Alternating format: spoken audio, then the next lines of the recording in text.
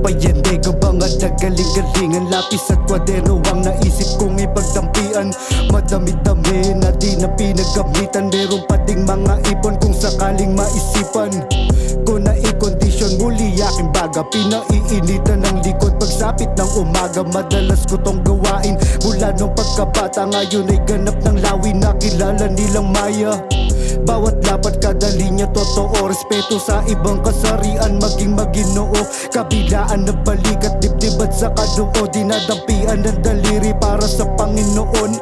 Mga tumulong sa isipan, di mabubura, ilalam dapat kung akayin kung saan man mapunta. Mga tunay sa paligid na hindi mapangusga, tinanggap ako ng buo nung panahong walang bulsa.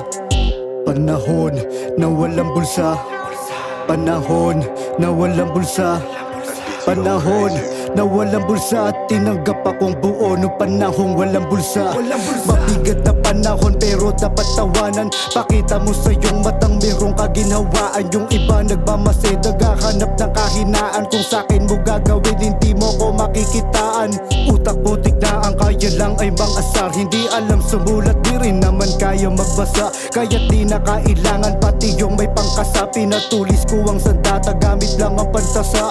Depende sa paligid kung paano mapanatag, at depende din sa guhit kung sino ang mabuting palad o sisaing mabuti, kung sino ang tinatawag. Kung madilim mag-isip, huwag ka na lang magpaliwanag. Bawas na pambura, di nawawalan ng tsansa. Nararanasan ko makatama kahit na tsamba.